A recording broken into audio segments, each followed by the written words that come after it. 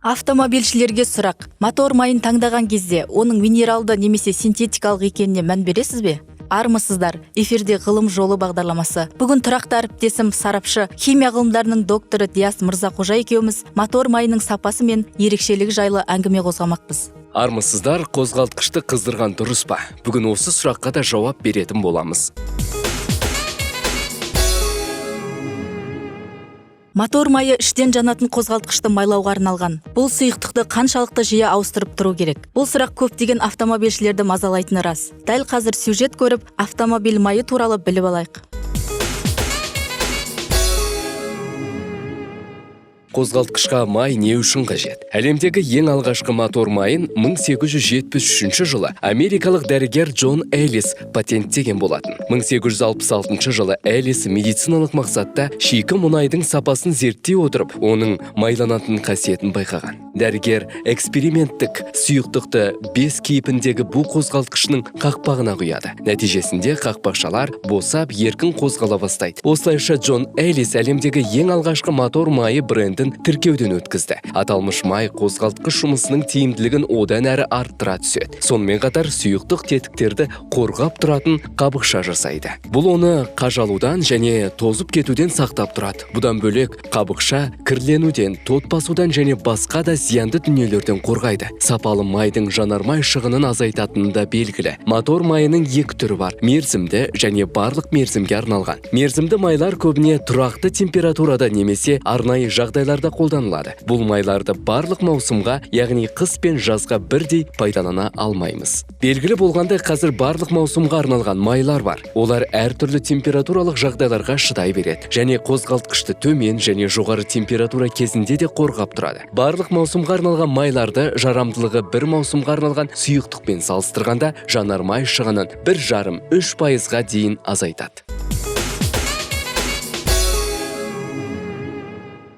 Автомобиль әлемін өте жақсы білемін деп айта алмаймын. Дегенмен мотор майының қасиетімен таныспын. Ол көліктің иммундық жүйесі.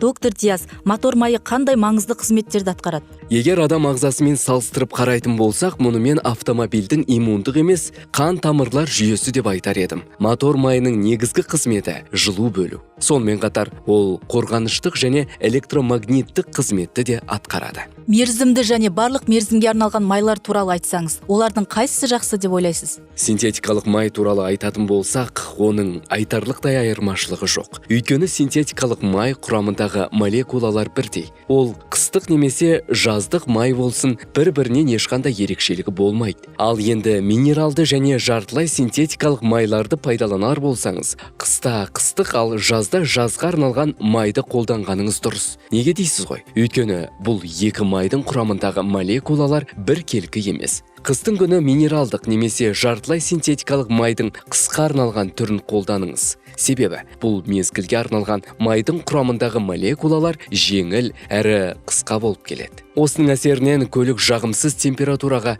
төтеп беріп, оңай қызатын болады. Қыстық майды жаз мезгілінде, әсіресе трасса бойымен жылдам жүргенде пайдаланбауға кеңес берем. Өйткені ол қатты қызып кетеді және полимерленеді. Бұл қозғалтқышқа кері әсер етеді.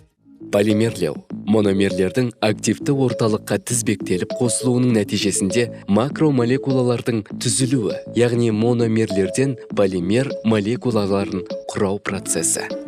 Мотор майын қолданған кезде қоспа қандай қызмет атқарады? Қоспалар жанармайдың тиімділігін арттыру үшін оған аз мөлшерде қосылатын препарат. Қоспаның құрамындағы бөлшектер микроннан да ұсақ болып келеді. Олар сүзгіштің көмегімен қозғалтқыштың ішіне еркін кіреді. Оны май құярдан бұрын бос бактың ішіне салады. Қоспаны пайдалану жиілігі қозғалтқыш жағдайына және оны пайдалану қажеттілігіне байланысты. Қоспаның бірнеше түрлері болады, ал олардың негізгі түрлері беттік белсенді заттардың қызметін атқарады. Беттік белсенді заттар энергияны төмендететін, жинақталуға қабілетті фаза бөлімінің бетіндегі заттар. Олар жеңіл өнеркәсіпте, ауыл шаруашылығында, жылу энергетикасында және медицинада кеңінен қолданылады. Олардың бірнеше түрі бар екенін жаңа айттым. Оның бірі электромагниттік заттар, ал екіншісі қозғалтқыштың ішкі бөлігін қорғап тұратын заттар. Үшіншісі жуатын белсенді заттар. Олар бензин қалдықтарын және басқа да керексіз дүниелерді жуып тазартады. Бірнеше жыл бұрын көптеген автомобиль жасаушылар мотор майын әр 5000 километр сайын ауыстырып тұруды ұсынған болатын. Ал қазіргі жағдай басқаша. Көлігіңіз қиналып және кептелісте тап болып жүріп бара жатқанның өзінде қозғалтқыштың жақсы жұмыс істеу үшін майда әр 12000 километр сайын ауыстырып тұрсаңыз жеткілікті. Автомобильшілерге арналған кеңес келесі бейнематериалда. Автомобиль майы моторға сәйкес келу керек. Сондықтан да таңдау жасау барысында мына дүниелерге мән беріңіз. Автомобиліңіздегі қозғалтқыштың түрі мен жасалған жылына, қозғалтқыштың қарқындылығына, турбинаның болуына, автомобильді пайдалану жағдайлары, қалыпты жағдай, яғни трассаның біркелкі немесе аралас болуы. Қиын жағдай. Бұл дегеніміз жолсыз жермен жүру, спорттық жарыстар және жүк тасымалдау. Автомобильді пайдаланарда ауа температурасының минималды болуына мән беріңіз. Клапан саңлауларында гидрокомпенсатордың бар немесе жоқ болуына көңіл бөліңіз. Көбінесе саңлауы аз жаңа қозғалтқыштарға әсіресе қыстың күні жеңіл май қажет болады. Мұнымен қоса қозғалтқышыңыздағы материалдың синтетикалық маймен үйлесімділігін анықтап алуды ұмытпаңыз. Тағы бір маңызды мәселені естен шығармаңыз. Көлігіңіздегі мотор майының шығыны мына фактыларға байланысты. Автомобиліңіздің түріне, көлікті жүргізу стиліңізге және бағытыңызға, қозғалтқышыңыздың механикалық жағдайына және ауа райына. Мотор майының 3 негізгі түрі бар. Минералды, синтетикалық және жартылай синтетикалық. Доктор Диас, әрбір майдың ерекшелігіне тоқталып өтсеңіз, оларды қалай ажыратуға болады? Минералды май дегеніміз ең арзан май. Ол жер қойнауынан шығарылады. Минералды мотор майын тікелей мұнай айыру жолымен алады. Майлайтын минералды материалдардың құрамында табиғи майлар болады. Әртүрлі қоспалар минералды мотор майының пайдалы қасиетін одан әрі арттырады. Жуғыш қоспалар моторды жану кезінде пайда болған зиянды нәрселерден тазартып, қозғалтқыштың дұрыс жұмыс істеуіне көмектеседі. Қоспалар әрдайым механикалық және жылу қиындықтарына тап болғандықтан жиі бүлінеді. Алайда қоспаларды пайдаланбасаңыз, сұйықтықтың сапасы бірден төмендейді. Ал бұл қозғалтқыш бөлшектерінің тез тозуына және майдың көп шығынына алып келеді. Мұндай майлардың молекулалық құрамы өте бай болып келеді. Онда молекуланың 10 мыңнан астам түрі бар. Алайда Паркинсон заңдылығына сүйенсек, ондағы молекулалардың басым бөлігі автомобиліңіздің қозғалтқышына зиян екен. Сондықтан да оның пайдасы аз және ол өте арзан тұрады. Құны жағынан екінші орында жартылай синтетикалық май тұр. Бұл дегеніміз минералды және жасанды синтетикалық майлардың қосылысы. Химиялық құрамын айтатын болсақ, ондағы молекулалар біркелкі болып келеді. Жартылай синтетикалық майлар минералды және синтетикалық майлардың қосылысынан жасалатын арнайы сұйықтық. Олардың бағасы қолжетімді болып келеді. Жартылай синтетикалық май құрамында синтетикалық майдың болғанына қарамастан ол қатты жабысқақ емес. Сонымен қатар бұл майлайтын өнім ыстыққа да төзімді. Оны ескі қозғалтқышқа және синтетикалық майдың иісі шыға бастаған уақытта құюға кеңес беріледі. Бұл сұйықтық көбіне ескі көліктерге сәйкес келеді. Жартылай синтетикалық майды жылдың суық мезгілінде пайдаланған тиімді. Бұл сұйықтық суық күнде қозғалтқыштағы бөлшектердің қатты жабыспауына септігін тигізеді. Бұл май химиялық құрамы және басқа да қасиеттері жағынан минералды майдан айтарлықтай жақсы болып келеді. Соған сәйкес бағасы да жоғары. Әрине, ең жақсы май ол синтетикалық май. Өйткені ол зертханада болып, мамандардың зерттеуінен өткен. Қозғалтқыштың қай түріне сәйкес келетінін анықталған. Мұнай химиялық зауытында мұнайда немесе газда кездесетін молекулаларды қарайды. Айтпақшы, қазір газбен синтезделетін май да бар. Сосын әрі қарай балаларға арналған конструктор сияқты молекула қалдықтарынан біркелкі молекулаларды жинап саралайды. Міне солардың ішіндегі бір молекула синтетикалық май деп аталады. Оны анықтау аса қиынға соқпайды және оны жоғары жылдамдықта қыста немесе жазда пайдалансаңыз да өзіңіз білесіз. Өйткені мұнда ешқандай айырмашылық жоқ. Сонымен қатар мұнда ешқандай полимерлеу де кездеспейді. Оны қозғалтқыштың кез келген түріне ұсына беруге болады. Синтетикалық мотор майы химиялық синтездеудің және күрделі химиялық реакцияның нәтижесінде пайда болған. Майдың молекулалық формуласы жетілдірілген. Осының арқасында ол қышқылданбайды. Синтетикалық май осы үш майдың ішіндегі ең таңдаулы өнім саналады. Тағы бір артықшылығы синтетикада көптеген қоспалар болады, ал олар қозғалтқыштың тиімділігін арттырып, жанармай шығынын азайтады. Қозғалтқышты қыстың күні іске қосқан әлдеқайда жеңіл. Өйткені төменгі температурадағы май қатты қоюланбайды. Ел арасында әртүрлі майларды араластыруға болады немесе болмайды деген пікірталастар жүріп жатады. Бұған не айтасыз? Иә, мұндай жағдайлар техникалық қызмет көрсету станцияларында да болады. Барлық майлар бір жерден шығарылады, тек олардың затаңбасын әртүрлі қылып жабыстырып қояды дегенде пікірлер бар. Техникалық қызмет көрсету станциясы көлік құралдарына техникалық қызмет көрсететін орталық. Мысалы, көліктегі ақауды тауып, жөндеу және оның істен шығуын анықтау, сыртқы қалпын сақтау, майлау, жанармайын қарау және басқа да қызметтер.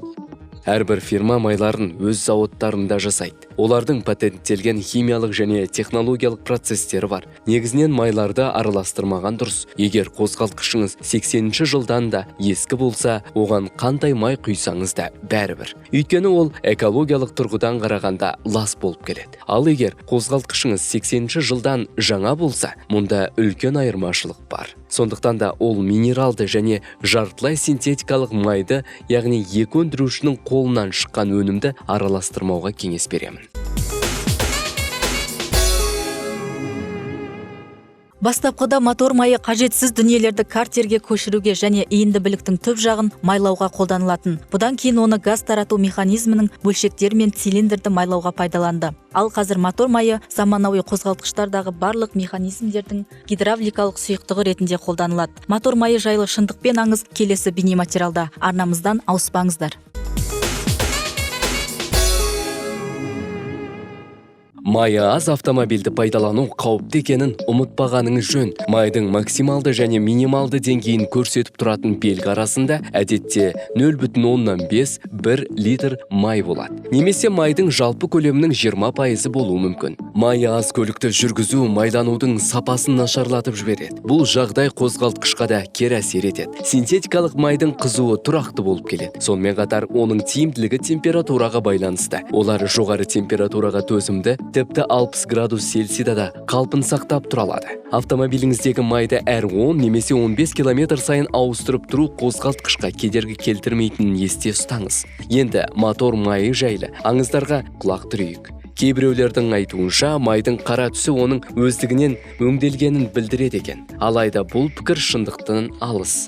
Майды ауыстырып болғаннан кейін бірнеше километр жүрістен кейін ол түсін өзгертуі мүмкін. Мұндай жағдай дизель қозғалтқышында жиі кездеседі. Біреулер майды таңдау барысында оның түріне мән берудің өзі жеткілікті деп есептейді. Олар минералды, синтетикалық және жартылай синтетикалық. Майды таңдаған кезде ең алдымен оның сапасына мән беріңіз. Әлбетте синтетикалық майды алғаныңыз жақсы. Алайда бұл автомобиль өндірушілердің сапалық қасиеттерді сақтауына да байланысты. Аз жүретін машинаның майын сирек ауыстырып тұруға болады деген қате түсінік бар. Сирек пайдаланатын автомобильдің майын ауыстырып тұру қажет. Оның 10.000 километр жерге жүргенін күтіп отырмағаныңыз абзал. Өйткені қозғалыста болмаған автомобильдің майы да ескіреді.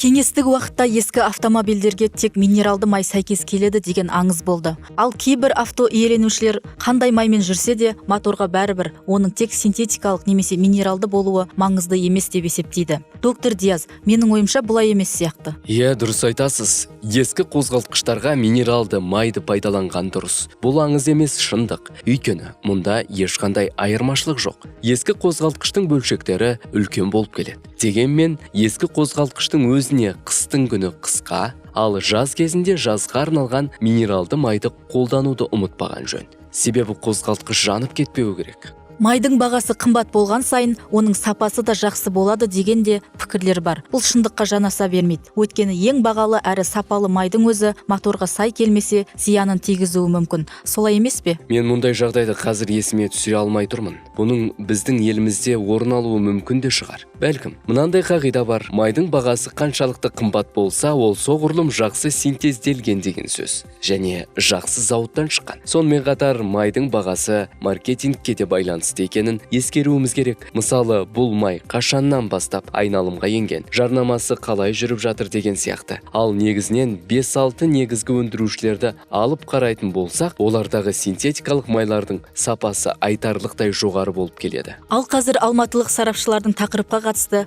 пікірін біліп көрейік. Автокөліктерге қызмет көрсету 1932 жылы Мәскеудегі алғашқы техникалық қызмет көрсету станциясының ашылған уақытынан басталған болатын. Станция жұмысын 1933-34 жылдары Ленинград, Ташкент, Тбилиси және басқа да қалалардан ашылған орталықтар жалғастырды. Ал қазір көлігіңізді жөндеуге арналған станцияны әлемнің кез келген түкпірінен таба аласыз, және тәжірибелі автомеханиктен өзіңізге қажетті кеңестерді алуға мүмкіндігіңіз бар. Мотор майын дұрыс таңдай білу әрбір автокөлік иесі үшін маңызды мәселе. Қоғамда әлі күнге дейін құнын жоймаған сұрақ бар. Қозғалтқышты пайдалану мерзімін ұзартуға немесе басқа май құю арқылы оның жұмысын бұзуға бола ма? Қозғалтқыштың түріне сәйкес оған өндірушілер тарапынан арнайы майлар ұсынылады. Демек, әрбір қозғалтқыш өзіне арналған маймен жүреді. Біз осында келген көліктердің моторын қараймыз. Адамдар әртүрлі майларды қолданады: минералды, синтетикалық және жартылай синтетикалық. Және майлардың шыққан фирмасы да әртүрлі болып келеді. Біз осындай дүниелерді ескереміз. Көптеген техникалық қызмет көрсету станциялары майда ауыстырардан бұрын қозғалтқышты жуады. Өйткені әртүрлі майларды араластыруға тыйым салынған. Егер бұндай қателікке жол беріп қойсаңыз, станция қызметкерлері сізге көмектеседі. Әрине, оған қосымша қаржы төлейсіз. Минералды майлар ескі машиналарға сай келеді. Жартылай синтетикалық май шамамен 200 000 километр жүріске жетеді. Ал синтетикалық май жаңа машиналарға арналған. Майды араластыруға болады, бірақ жиі емес, қатты қажет болған жағдайда. 15-40 немесе 15-50 бұл минералды немесе гидрокрекинг деп аталады. Дегенмен араластырмауға кеңес беремін. Сонымен мамандар айтып жатқан құпия сандар нені білдіреді екен? Бұл жабысқақтық, қыста оның аз болғаны дұрыс. Егер адам онымен жүріп бара жатып, нөлге тап келсе, еш мән болмайды. Шығын шығуы мүмкін. Бүгінде майдың көптеген түрлерін кездестіре аламыз. Оның басқа түріне қай кезде көшуді білгеніңіз артық болмас. Барлығы машинаның жүрісіне байланысты. Жаңа қозғалтқышқа алдымен нөлді құйғаныңыз дұрыс, 5-те болады. Әрі қарай 10-ды және басқаларын құя беруге болады. Егер май шығыны болмаса, 5-ке қайта көшкеніңіз жақсы. Қозғалтқышқа тиімді болады. Әрбір мотордың өз майы болу керек. Қозғалтқышпен жұмыс жасауда мамандар осыған баса мән береді. Мұндағы басты назар аударатын қағидаларға қозғалтқыштың түрі, жүрісі, тіпті ауа райы да жатады екен. Өндірушілер үшін бәрінен бұрын не маңызды? Бұл сұрақ әлі күнге дейін өзектілігін жойған жоқ. Өндірушілердің өз құпиялары болады. Мысалы, сатылымды арттыру үшін олар канистрге дизель деп жазып қоюы да мүмкін. Ал шын мәнінде бензин мен майдың және дизельдің бір-бірінен ешқандай айырмашылығы болмайды. Ал адамдар келеді де дизель деген жазуды көріп, оны бірден сатып алады. Міне, мәселе қайда жатыр? Ал олардың еш айырмашылығы жоқ екенін жаңа айттым. Темір тұлпарыңызға арналған май барлық талаптарға сай келу керек. Ең бастысы, мамандармен кеңесуді ұмытпаңыз. Кейбір мамандар екі түрлі майда араластырғасын көлікті жууға кеңес береді. Ал шындығында мұның ешқандай мәні жоқ екені айтылады. Бұл тек көлік жуу орталығына қосымша табыс түсіру ғана. Заманауи майлар бір-бірімен жақсы араласады. Мысалы 80-90% жаңа және 10-20% ескі май қалдығын араластыруға болады. Көлікті тек басқа сұйықтық құйылып кеткен жағдайда ғана жуған дұрыс. Ал оған кәдімгі майды қолдансаңыз болады. Қозғалтқышпен май қиын жағдайға душар болмас үшін мен сияқты жүргізушілерге қандай кеңес берер едіңіз? Мынаны есте сақтаңыз. Қозғалтқышты ешқашан жумағаныңыз дұрыс. Өйткені түрлі қозғалыста болған оның жан жағында 10-20 тіпті 30%-ға дейін май қалады. Ал жуатын майлардың молекулалық салмағы басым болып келеді. Сондықтан қозғалтқышыңызды жуған май қалдығы моторға кері әсер етуі мүмкін. Егер қандайда бір күмәніңіз болып тұрса, синтетикалық сапалы майды құйып 3 немесе 5000 километрге жүріп тексеріп көріңіз. Егер оның сапалы екеніне көз жеткізсеңіз, әрі қарай қолдана беріңіз. Ал қазір сюжет көріп сапалы майды қалай таңдауға болатынын бірге білейік. Мотор майының сапасын қалай білуге болады? Анықтап көрейік. Сұйықтықты сатып алғанда канистрға қараңыз. Егер оның зат таңбасы ұшып кетсе, ол май жасанды деген сөз. Зат таңбаға қарап, өндіріс жайлы толық ақпаратқа және өнімнің шығарылған күні мен жарамдылық мерзіміне назар аударыңыз. Егер өндірушінің мекен жайы мен телефоны көрсетілмесе, майды алудың қажеті жоқ. Көрнекті компаниялар зат таңбаға голограмманы жиі орналастырады. Зат таңбадағы фирманы оқып болғасын, ондай фирманың бар екеніне көз жеткізіп алыңыз. Сосын аз ғана майды пластмасса стаканға құйыңыз. Оның түсіне мән беріңіз. Майдың түсі тым қанық болмауы керек. Магниттің көмегімен сұйықтықтың құрамында қандай бөлшектер бар екенін анықтап алыңыз. Және оны майдың ішінде 5 минуттай ұстап, қараңғы жерге қойыңыз. Егер ол тұнбаса және ферромагниттік бөлшектер аз болса, майды пайдалануға болады. Бұдан кейін майды шынының бетіне аздап тамызып, артынан дереу сүртіп алыңыз. Егер жеңіл шықырлаған дыбыс естілсе, сұйықтықтың сапасы нашар деген сөз. Мұндай майды қолданбағаныңыз дұрыс. Ол қозғалтқыштың жұмысын нашарлатып, пайдалану мерзімін де қысқартып жіберуі мүмкін. Енді майды ақ парақтың бетіне тамызып көріңіз. Сұйықтықтың бір бөлігі қағазға сіңсе, енді бір бөлігі оның бетіне жайылады. Майдың түсі ашық болу керек және дақтары болмау қажет. Егер оның күңгірттеніп, бетінде тілімдер мен қара нүктелер пайда болғанын байқасаңыз, майды қолданбай-ақ қойғаныңыз жөн, өйткені оның сапасы нашар. Жасанды майға тап болмас үшін майды ірі мамандандырылған дүкендерден сатып алғаныңыз дұрыс, онда таңдау көп. Сонымен қатар, мұндай дүкендер өнімнің сапасына кепілдік береді. Дүкенге барғанда мотор майының сапасын растайтын сертификат сұраудан қысылмаңыз. Сатушылар оны сізге бірінші кезекте ұсынуы тиіс. Егер сертификат беруден бас тартса, басқа дүкенге барыңыз. Өйткені олар тұтынушылардан қандай да бір дүниені жасыруы мүмкін. Барынша мұқият болыңыз. Сонда ғана сапалы өнімге ие бола аласыз. Көптеген жүргізушілер қыстың күні автомобиль қозғалтқышын қыздырып жатады. Мамандардың айтуынша, бұл процесті ұзақ созуға болмайды. Ең тиімді шешім ол көлікті оталдырғаннан кейін қыздыру. Алғашқы минуттарда көлікті жай жүргізуге кеңес беріледі. Демек, машинаны қозғалыс кезінде қыздырған дұрыс қой. Синтетикалық маймен 30 жыл бойы жұмыс істеп жүрген маман ретінде айтарым, кез келген жағдайда қозғалтқышты қыздыруға болмайды. Бұл арқылы сіз біріншіден экологияға зиянды әсеріңізді тигізіп жатырсыз. Екіншіден, қозғалтқыш және автомобильдің барлық жүйесін бұзып жатырсыз. Оның ішінде трансмиссия да бар. Трансмиссия немесе күштік беріліс машина жасауда көлік құралының жетекші дөңгелектермен немесе станоктардың жұмыстық орындарымен қозғалтқышты жалғайтын механизмдер мен тораптардың жиынтығы. Сондай-ақ трансмиссияның жұмысын қамтамасыз ететін жүйелер. Жалпы жағдайда трансмиссия дөңгелектерге қозғалтқыштан айналдыру кезеңін беруге, тарту күштерін, жылдамдықты және бағытты өзгертуге арналған. Трансмиссия күштік агрегаттар құрамына кіреді. Қыс қаншалықты суық болмасын, машинаңызды оталдырып болғасын, 1 минуттан кейін қозғалуыңыз керек. Көптеген автокөлік иелері көлікті үй сыртына қояды. Сіз мұндайда газды дереу басып, бірден жүріп кете алмайсыз. Оған жүріп барамын дегенше бірнеше минут өтеді. Осы бірнеше минуттағы қозғалыста беріліс қорабы және автомобильдің басқа да бөлшектері дұрыс жұмыс істейтін болады. Бұл тек жаңа автомобильдерге қатысты ма? Бұл айтып отырғаным 80-ші жылдан кейін шыққан барлық автомобильдерге қатысты. Қазір көшеден ретро автомобильдерді ұнататындарды жиі байқап жүрмін. Бұл жетіспеушіліктен емес әрине. Адамдар экологияны және өзі мен өзгелердің денсаулығын ойламайтындықтан осындай автомобильдерді пайдалануда. Ал шындығына келсек, 80-ші жылдан кейін шыққан жаңа автомобильдерді алған тиімді. Егер осындай жаңа автомобильдерді алып жатсаңыз, оны қыздыруға болмайтынын есте ұстағаныңыз абзал. Оның үстіне қозғалтқыштың құры өзі жұмыс істеп тұрса, ол қызбауы да мүмкін. Қыздырудың ең тиімді жолы жүріп бара жатып қыздыру. Ол кезде қажетті температураны қосуды ұмытпағаныңыз жөн. Сонымен қатар, қозғалтқыштың жалғыз өзі үлкен айналыммен жұмыс істеп тұратын болса, сіз кем дегенде жарты литр бензиніңізді жоғалтатын боласыз. Қоршаған ортаңызды да ластайсыз. Қалтаңызды жұқартасыз. Тағы бір маңызды дүниені айта кетейін. 80-ші жылдан кейін шыққан жаңа автомобильдерде ауа температурасын көрсетіп тұратын құрылғылар бар. Сонымен қатар бензинді ауа қоспасы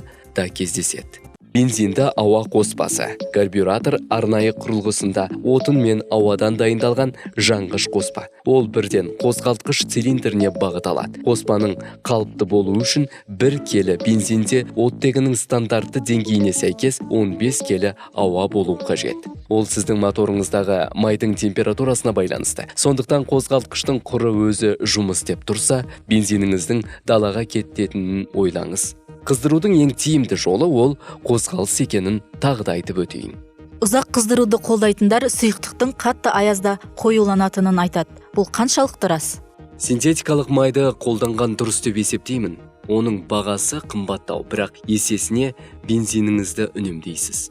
Менің білуімше көлік қозғалтқышының жұмысына байланысты қызықты жол ережелері де болады екен. Ол тармақ 17-де 2-де 4 деп аталады. Егер осы нөмірлермен қарайтын болсаңыз, осы бағытта жұмыс істейтін қозғалтқыштарды тұраққа қоюға тыйым салынады. Егер үй жаныңызда осындай нөмірді қозғалтқышты қыздырып жатқан жүргізушіні көрсеңіз, сенімді түрде полиция қызметкерін шақыруыңызға болады. Менің білуімше, мұндай жағдайда арнайы айыппұл бекітілген. Кейбір адамдар онда тұрған ештеңе жоқ деп ойлайды. Сөйтіп көліктерін еркін қыздырып, жуып шайып, тіпті жанында өзі темекі шегіп тұруы да мүмкін. Ал ол ауамен балалар демалып жатқанын ескеру керек. Қозғалтқыштың жану камерасында барлық химиялық реакциялар жүреді. Сол арқылы канцерогенді заттар сыртқа шығады. Әдеттегі қозғалтқыштарға мұндай жағдай болмайды. Бұл әсіресе суық моторда болады. Ең алдымен өзіңіз қозғалтқышты қыздырмауға тырысыңыз. Әр адамда азаматтық ұстаным болады. Көрермендерге де осыны айтқым келеді. Жол ережесі бұзылмау керек. Бұл еліміздегі арнайы бекітілген заң.